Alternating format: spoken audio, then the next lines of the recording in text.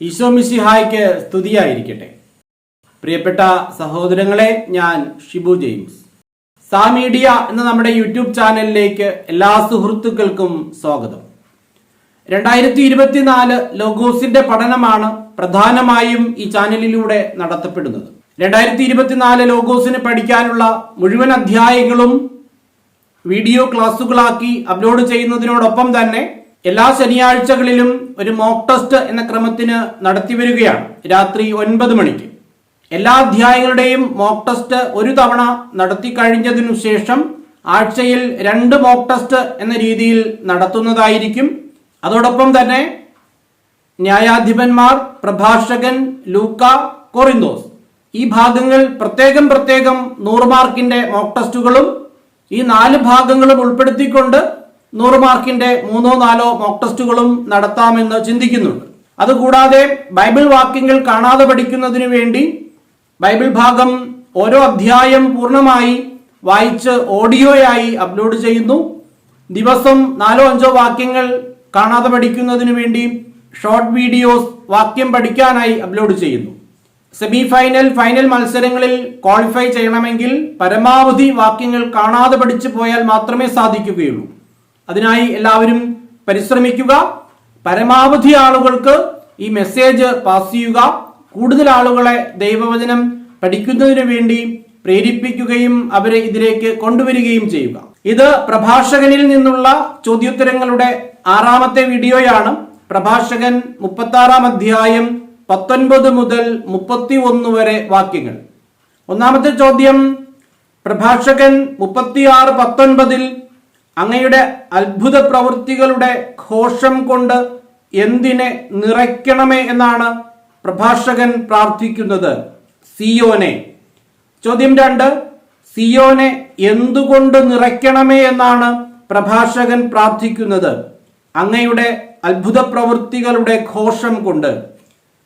മൂന്നാമത്തെ ചോദ്യം, അങ്ങയുടെ ആലയത്തെ എന്തുകൊണ്ട് നിറയ്ക്കണമേ എന്നാണ് പ്രഭാഷകൻ പ്രാർത്ഥിക്കുന്നത്. അങ്ങയുടെ മഹത്വം കൊണ്ട്. 4ാമത്തെ ചോദ്യം, അങ്ങയുടെ മഹത്വം കൊണ്ട് എന്തിനെ നിറയ്ക്കണമേ എന്നാണ് പ്രഭാഷകൻ പ്രാർത്ഥിക്കുന്നത്. അങ്ങയുടെ ആലയത്തെ. 5ാമത്തെ ചോദ്യം, ആർക്ക് സാക്ഷ്യം നൽകണമേ എന്നാണ് പ്രഭാഷകൻ 36:20 പറയുന്നത്.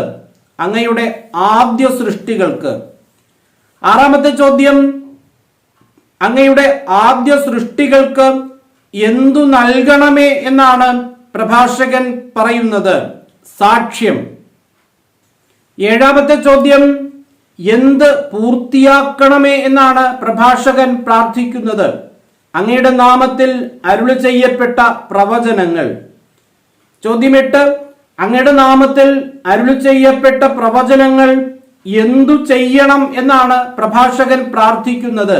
പൂർത്തിയാക്കണമേ. 9ാമത്തെ ചോദ്യം, അങ്ങയുടെ നാമത്തിൽ ചെയ്യപ്പെട്ട എന്ത് പൂർത്തിയാക്കണമേ എന്നാണ് പ്രഭാഷകൻ പ്രാർത്ഥിക്കുന്നത്. പ്രവചനങ്ങൾ. 10ാമത്തെ ചോദ്യം, ആർക്ക് പ്രതിഫലം നൽകണമേ എന്നാണ് പ്രഭാഷകൻ പറയുന്നത്. അങ്ങേക്ക് വേണ്ടി കാത്തിരുന്നവർക്ക്. 11ാമത്തെ ചോദ്യം, അങ്ങേക്ക് വേണ്ടി കാത്തിരുന്നവർക്ക് എന്ത് നൽകണമേ എന്നാണ് പ്രഭാഷകൻ പറയുന്നത്. പ്രതിഫലം. ചോദ്യം 12, അങ്ങയുടെ പ്രവാചകന്മാരുടെ എന്ത് തെളിയട്ടെ എന്നാണ് പ്രഭാഷകൻ പറയുന്നത്. വിശ്വാസ്യത. 13, ആരുടെ വിശ്വാസ്യത തെളിയട്ടെ എന്നാണ് പ്രഭാഷകൻ പറയുന്നത്. അങ്ങയുടെ പ്രവാചകന്മാരുടെ. 14ാമത്തെ ചോദ്യം, കർത്താവേ, അഹറോൻ ആർക്ക് നൽകിയ അനുഗ്രഹത്തിനൊത്ത് അങ്ങയുടെ ദാസരുടെ പ്രാർത്ഥന കേൾക്കണമേ എന്നാണ് പ്രഭാഷകൻ പറയുന്നത്. അങ്ങയുടെ ജനത്തിന്. 15ാമത്തെ ചോദ്യം, കർത്താവേ, അങ്ങയുടെ ജനത്തിന് ആരു നൽകിയ അനുഗ്രഹത്തിനൊത്ത് അങ്ങയുടെ ദാസരുടെ പ്രാർത്ഥന കേൾക്കണമേ എന്നാണ് പ്രഭാഷകൻ പറയുന്നത്. അഹറോൻ. 16ാമത്തെ ചോദ്യം, കർത്താവേ, അങ്ങയുടെ ജനത്തിന് അഹറോൻ നൽകിയ എന്തിനൊത്ത് അങ്ങയുടെ ദാസരുടെ പ്രാർത്ഥന കേൾക്കണമേ എന്നാണ് പ്രഭാഷകൻ പറയുന്നത്. അനുഗ്രഹത്തിനൊത്ത്. 17ാമത്തെ ചോദ്യം, കർത്താവെ, അങ്ങയുടെ ജനത്തിന് അഹ്റോൻ നൽകിയ അനുഗ്രഹത്തിനൊത്ത് അങ്ങയുടെ ദാസരുടെ എന്തു കേൾക്കണമേ എന്നാണ് പ്രഭാഷകൻ പറയുന്നത്. പ്രാർത്ഥന 18. അങ്ങാണ് യുഗങ്ങളുടെ ദൈവമായ കർത്താവെന്ന് ആര് അറിയട്ടെ എന്നാണ് പ്രഭാഷകൻ പറയുന്നത്. ഭൂമിയിലുള്ള സകല ജനതകളും. 19ാമത്തെ ചോദ്യം, ഭൂമിയിലുള്ള സകല ജനതകളും എന്ത് അറിയട്ടെ എന്നാണ് പ്രഭാഷകൻ പറയുന്നത്. അങ്ങാണ് യുഗങ്ങളുടെ ദൈവമായ കർത്താവെന്ന്. 20ാമത്തെ ചോദ്യം, അങ്ങ് ആരാണെന്നാണ് ഭൂമിയിലുള്ള സകല ജനതകളും അറിയട്ടെ എന്ന് പ്രഭാഷകൻ പറയുന്നത്. യുഗങ്ങളുടെ ദൈവമായ കർത്താവ്. 21ാമത്തെ ചോദ്യം, പ്രഭാഷകൻ 36-ാം അധ്യായത്തിലെ 2ാമത്തെ തലക്കെട്ട് ശ്രേഷ്ഠമായത് തിരഞ്ഞെടുക്കുക. 22. ഏത് ഭക്ഷണവും സ്വീകരിക്കുന്നത് എന്ത്? ഉദരം. 23. ഉദരം എന്ത് സ്വീകരിക്കുന്നു എന്നാണ് പ്രഭാഷകൻ പറഞ്ഞിരിക്കുന്നത്. ഏത് ഭക്ഷണവും. 24. ഉദരം ഏത് ഭക്ഷണവും സ്വീകരിക്കുന്നു, എങ്കിലും അവയ്ക്കു തമ്മിൽ എന്തുണ്ട് എന്നാണ് പ്രഭാഷകൻ പറയുന്നത്. ഭേദമുണ്ട്. 25. നാവ് എന്തുകൊണ്ട് ഇറച്ചി തിരിച്ചറിയുന്നത് പോലെ എന്നാണ് പ്രഭാഷകൻ പറഞ്ഞിരിക്കുന്നത്. രുചി കൊണ്ട്. 26. രുചി കൊണ്ട് ഇറച്ചി തിരിച്ചറിയുന്നത് എന്ത്? നാവ്. 27. നാവ് രുചി കൊണ്ട് എന്താണ് തിരിച്ചറിയുന്നത്? ഇറച്ചി. 28. നാവ് രുചി കൊണ്ട് ഇറച്ചി തിരിച്ചറിയുന്നത് പോലെ ആരാണ് വ്യാജവാക്ക് തിരിച്ചറിയുന്നത്? സൂക്ഷ്മബുദ്ധി. 29. നാവ് രുചി കൊണ്ട് ഇറച്ചി തിരിച്ചറിയുന്നത് പോലെ സൂക്ഷ്മബുദ്ധി എന്താണ് തിരിച്ചറിയുന്നത്? വ്യാജവാക്ക്. 30ാമത്തെ ചോദ്യം, സൂക്ഷ്മബുദ്ധി വ്യാജവാക്ക് തിരിച്ചറിയുന്നത് എന്തുപോലെയാണ്? നാവ് രുചി കൊണ്ട് ഇറച്ചി തിരിച്ചറിയുന്നത് പോലെ. 31ാമത്തെ ചോദ്യം, കുടിലബുദ്ധി എന്താണ് വിതയ്ക്കുന്നത്? ദുഃഖം. 32. ആരാണ് ദുഃഖം വിതയ്ക്കുന്നത്? കുടിലബുദ്ധി. 33ാമത്തെ ചോദ്യം, കുടിലബുദ്ധി ദുഃഖം വിതയ്ക്കുന്നു, ആരാണ് അതിന് പകരം വീട്ടുന്നത്? അനുഭവസമ്പന്നൻ. 34. അനുഭവസമ്പന്നൻ എന്തിനാണ് പകരം വീട്ടുന്നത്? കുടിലബുദ്ധി വിതയ്ക്കുന്ന ദുഃഖത്തിന്. 35. കുടിലബുദ്ധി ദുഃഖം വിതയ്ക്കുമ്പോൾ അനുഭവസമ്പന്നൻ എന്തു ചെയ്യുന്നു? അതിന് പകരം വീട്ടുന്നു. 36. സ്ത്രീ ആരെ സ്വീകരിക്കുന്നു എന്നാണ് പ്രഭാഷകൻ പറയുന്നത്? ഏതു പുരുഷനെയും. 37. ഏതു പുരുഷനെയും സ്വീകരിക്കുന്നത് ആര്? സ്ത്രീ. 38. സ്ത്രീ ഏതു പുരുഷനെയും സ്വീകരിക്കും, എന്നാൽ പുരുഷൻ എല്ലാ സ്ത്രീകളെയും ഡാഷ് ആയി പരിഗണിക്കുന്നില്ല. പ്രഭാഷകൻ 36:26 പ്രകാരം പൂരിപ്പിക്കുക. അനുരൂപകളായി. 39. പുരുഷൻ എല്ലാ സ്ത്രീകളെയും എന്തായി പരിഗണിക്കുന്നില്ല എന്നാണ് പ്രഭാഷകൻ പറയുന്നത്? അനുരൂപകളായി. 40ാമത്തെ ചോദ്യം, എല്ലാ സ്ത്രീകളെയും അനുരൂപകളായി പരിഗണിക്കുന്നില്ല എന്ന് പറഞ്ഞിരിക്കുന്നത് ആരെക്കുറിച്ചാണ്? പുരുഷനെ. 41. പുരുഷനെ സന്തുഷ്ടനാക്കുന്നത് എന്ത്? സ്ത്രീയുടെ സൗന്ദര്യം. സ്ത്രീയുടെ സൗന്ദര്യം ആരെയാണ് സന്തുഷ്ടനാക്കുന്നത്?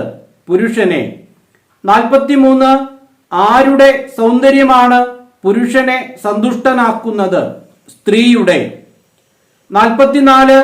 മറ്റെല്ലാ ആഗ്രഹങ്ങൾക്കും ഉപരിയാണ് അത് എന്ന് പ്രഭാഷകൻ പറഞ്ഞിരിക്കുന്നത് എന്തിനെ കുറിച്ചാണ്?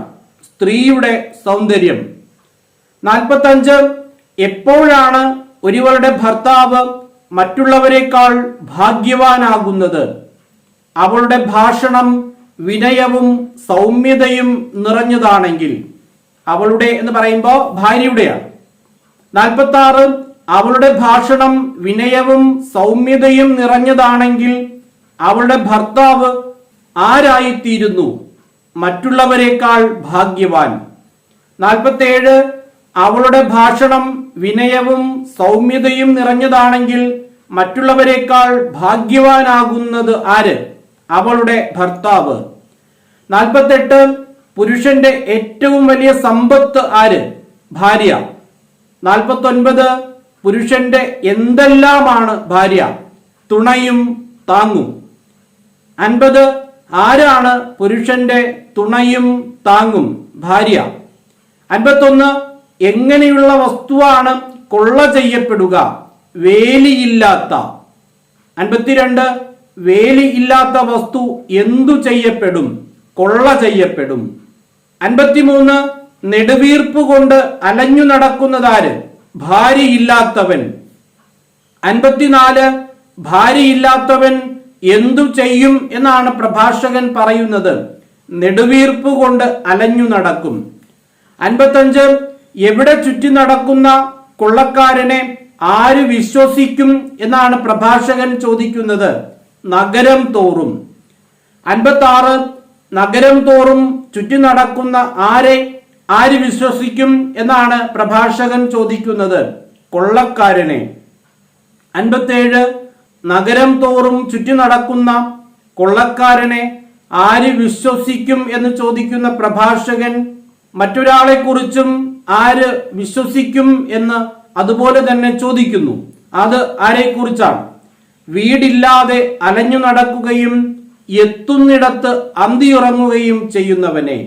58 വീടില്ലാതെ അലഞ്ഞു നടക്കുകയും എത്തുന്നിടത്ത് അന്തിയുറങ്ങുകയും ചെയ്യുന്നവനെ പ്രഭാഷകൻ ആരോടാണ് ഉപമിക്കുന്നത്? നഗരം തോറും ചുറ്റി നടക്കുന്ന കൊള്ളക്കാരനോട്. 59 എന്തില്ലാതെ അലഞ്ഞു നടക്കുകയും എത്തുന്നിടത്ത് അന്തിയുറങ്ങുകയും ചെയ്യുന്നവനെ ആര് വിശ്വസിക്കും എന്നാണ് പ്രഭാഷകൻ ചോദിക്കുന്നത്? വീടില്ലാതെ. 60 ആര് വിശ്വസിക്കും എന്ന പദം പ്രഭാഷകൻ 36, 31 എത്ര തവണ ആവർത്തിക്കുന്നു? 2 തവണ. ഇങ്ങനെ 60 ചോദ്യങ്ങളാണ് പ്രഭാഷകൻ 36-ാം അധ്യായത്തിന്റെ 2-ാം ഭാഗത്തു നിന്ന് തയ്യാറാക്കിയിട്ടുള്ളത്. എല്ലാവരും വാക്യങ്ങൾ നന്നായി പഠിക്കുക, ചോദ്യോത്തരങ്ങൾ പഠിക്കുക, വചനം പരമാവധി കാണാതെ പഠിക്കാൻ പരിശ്രമിക്കുക. എല്ലാവരും നന്നായി വചനം പഠിക്കുക. എല്ലാവർക്കും എല്ലാവിധമായ നന്മകളും അനുഗ്രഹങ്ങളും ഉണ്ടാകട്ടെ എന്ന് ആശംസിച്ചുകൊണ്ട് പ്രാർത്ഥിച്ചുകൊണ്ട് നിർത്തുന്നു. നന്ദി.